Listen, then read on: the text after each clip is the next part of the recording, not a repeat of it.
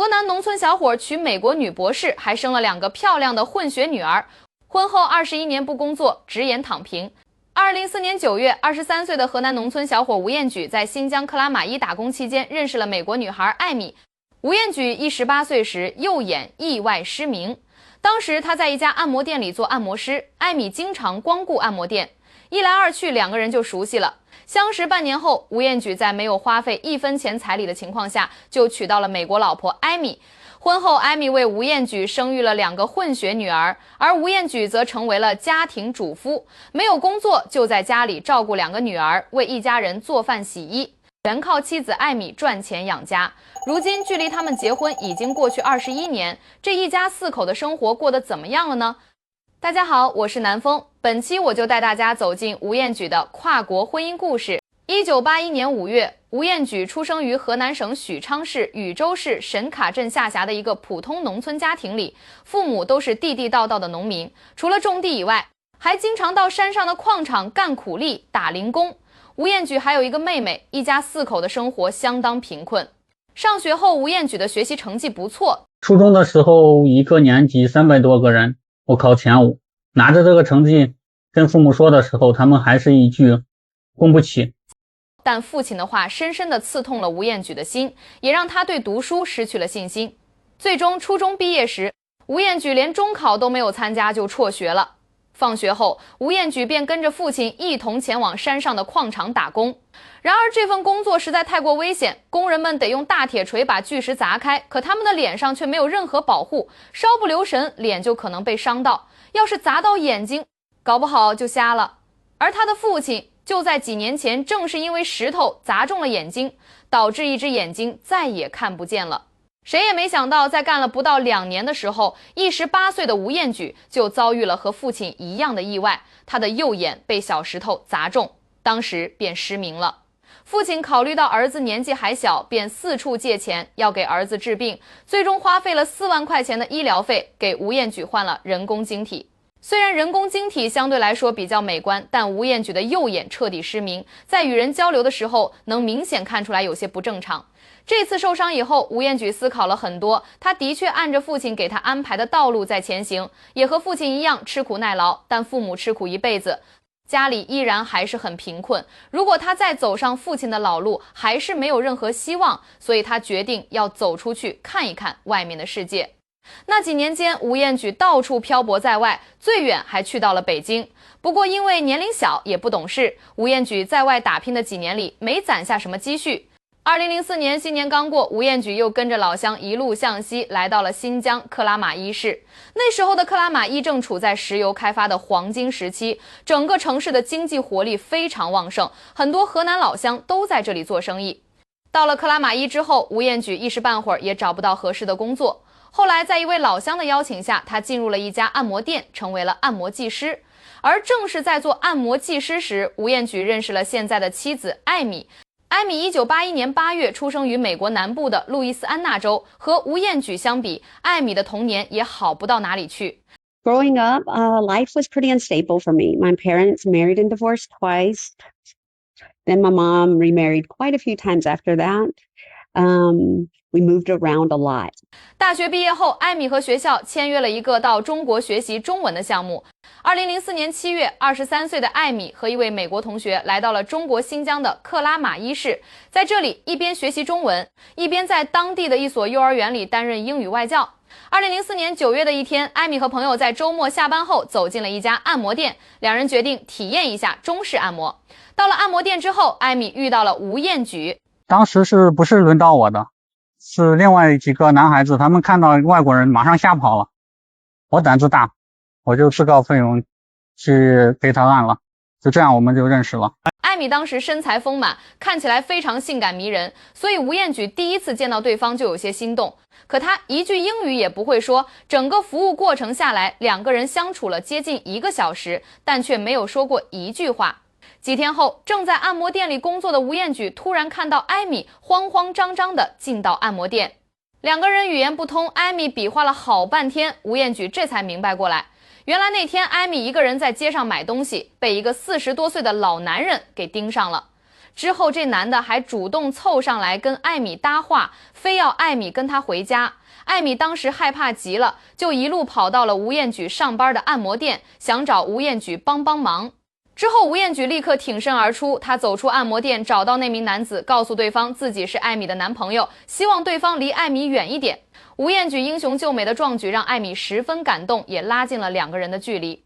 之后的日子里，艾米每到周末都会来到吴彦举工作的按摩店，但每次他来的时候总是和朋友结伴同行，这让吴彦举始终找不到合适的机会向艾米倾诉内心的爱慕之情。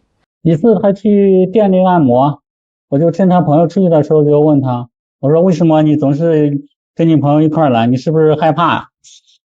他就心领神会，然后后面他就自己来店里了，有了单独相处的机会，我就没那么拘束了。然后有一次他就用电子字典告诉我他要去买个充电器，问我有没有空带他去，然后我就说可以。第二天我们就如约碰面，记得很清楚，那是2004年的10月31号9点多，天刚亮的时候。见面后聊着我就问他，你愿不愿意做我女朋友？他就点点头，然后我就鼓足了勇气牵了他的手他也没有拒绝，然后就牵上了。那从那天起我就有了女朋友。虽然吴彦举出生在中国农村，只有初中学历，右眼甚至也失明了，但当时年轻的吴彦举长相非常帅气，再加上他脑子灵活，说话幽默风趣，艾米喜欢他也就不意外了。恋爱以后，两个人的感情进展非常快速，吴彦举也决定一蹴而就，在西方圣诞节的时候向艾米求婚。但他的内心实在是太着急了，还没等到圣诞节，就拿着自己从市场里淘到的一枚便宜的纯银戒指向艾米求婚。这个过程一点也不浪漫，但艾米还是非常感动。尽管两个人恋爱才1个多月，但艾米就是一个敢做敢当、顺从内心想法的女人。她答应了吴彦举的求婚。2005年3月9日，吴彦举带着艾米来到了河南郑州，在郑州市民政局，两个人领取了结婚证。领完结婚证以后，两个人又在郑州车站附近的旅社里住了一晚。第二天早上起来，两个人一看身上的钱只有几十块，吃顿饭就没钱了，所以两人买完回老家的车票后，强撑着饿着的肚子回到了老家。到了老家以后，艾米还特意拿出了自己给婆婆带来的礼物，是一个金耳坠。这是吴彦举的母亲人生中第一次有金首饰，她感动地流下了眼泪。老人家手头并不宽裕，但儿子终究是把儿媳妇带回了家。老人心里还是乐开了花，他翻出压箱底的800块钱，全都塞给了儿媳妇儿。后来跟父母商量之后，吴彦举也决定不办婚礼了。一家人来到街上，一人点了一碗河南烩面，这个婚就算是结成了。结婚以后，两个人又回到了新疆。本来艾米打算只在中国待1年的时间，可在这期间她都结婚了，所以她也打算继续留在中国。于是她申请了位于广州的一所大学。就这样，艾米来到广州读书。为了陪伴艾米，吴彦举也来到了广州。就在这个时期，艾米一边继续她的学业，一边还在培训机构里担任英语外教。艾米那时候的收入其实挺可观的。而吴彦举呢，一时半会儿也没找到合适的工作，他索性就待在家里当起了家庭主夫。每天除了学习英语之外，就是变着花样的给艾米做各式各样的中餐。在哄老婆开心这件事上，吴彦举绝对是一把好手。所以从那以后，吴彦举就再也没有出去工作过，安心当起了艾米的贤内助，全心全意的经营着家庭。艾米之后为吴彦举生下了2个可爱的混血女儿，这2个女儿都是由吴彦举一手带大的。所以在妻子艾米看来，吴彦举也为这个家庭付出了很多。再后来，艾米读完了硕士，又拿到了博士学位，工资也跟随着学历水涨船高。艾米的收入很高，但她却不擅长管钱，所以每个月发工资的时候，艾米会第一时间把钱交给吴彦举，让吴彦举来分配钱的用处。当然了，吴彦举也不是一个纯吃软饭的男人，他虽然没读过几年书，但却有着与生俱来的理财天赋。他经营的家庭在花钱方面十分节省，省下来的钱都让他投进了股市。在股市里，吴彦举赚到了不少钱，几年下来，家里的资产翻了好几倍。所以说，别看吴彦举不工作，但他却让这个家庭从普通家庭步入小康家庭。之后的几年间，艾米因为工作调动，从广州去到了南京，又从南京来到了上海。这些年来，因为艾米的工作原因，这个混血家庭搬了很多次家，最终在上海扎根下来。2025年10月18日，吴彦举在抖音上注册了名为“初中文评取美国博士20年”的抖音号，然后在抖音上分享他和美国妻子的生活。在吴彦举的视频中，网友们能明显感觉到艾米非常粘人，几乎每次拍视频，她都要搂着吴彦举，眼睛深情地望着吴彦举。那样的深情和眼神是模仿不出来的，只有真心爱他的人才能那样看他。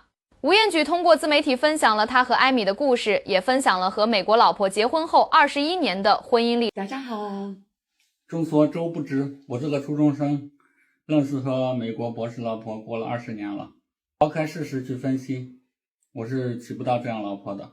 从完全不可能到相濡以沫20年，我跟你们分享一下我们的相处秘籍。是两口子过日子一定要发现对方的优点并放大，把彼此的短板变成相互互补的长板。我佩服他的学识，他欣赏我的有担当和把家里照顾得井井有条的，和中国人刻在骨子里面的存钱意识和理财能力。他带我看人间繁华，我带他品人间烟火。同时，吴彦举也打开了直播间，每天都会和网友们探讨婚姻和中西方文化的区别。网友们对于吴彦举婚后不工作的行为进行了吐槽，纷纷指责他吃软饭。然而，吴彦举却直言这软饭吃定了。2026年2月7日，吴彦举一家接受了上海著名纪实类网红王秋库的采访。在采访过程中，吴彦举也和网友们透露了目前一家4口的生活情况。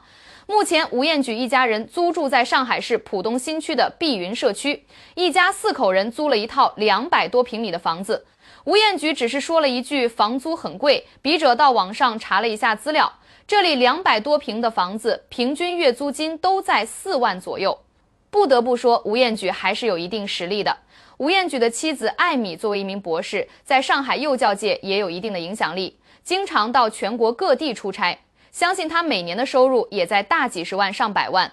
而吴彦举虽然没有工作，但作为一位老股民，又是常年投身于美股市场，收益率肯定是有保证的。并且吴彦举还透露，他在美国有房产，国内很多城市也购置了房产。之所以没有在上海买房，他认为上海的租售比更适合租房住。吴彦举的2个女儿也接受了采访。大女儿平时周末的话会去哪里玩呢？我们经常会出去吃饭，西餐和中餐都吃，但是我们最喜欢的是 Texas Roadhouse， 是一个美国餐厅。我喜欢没有刺的鱼，因为我不会吐刺，所以酸菜鱼我很喜欢吃。对，但是我不太喜欢羊肉。经常会去迪士尼，我会跟我的朋友一起去。妹妹平时喜欢去哪里玩呢？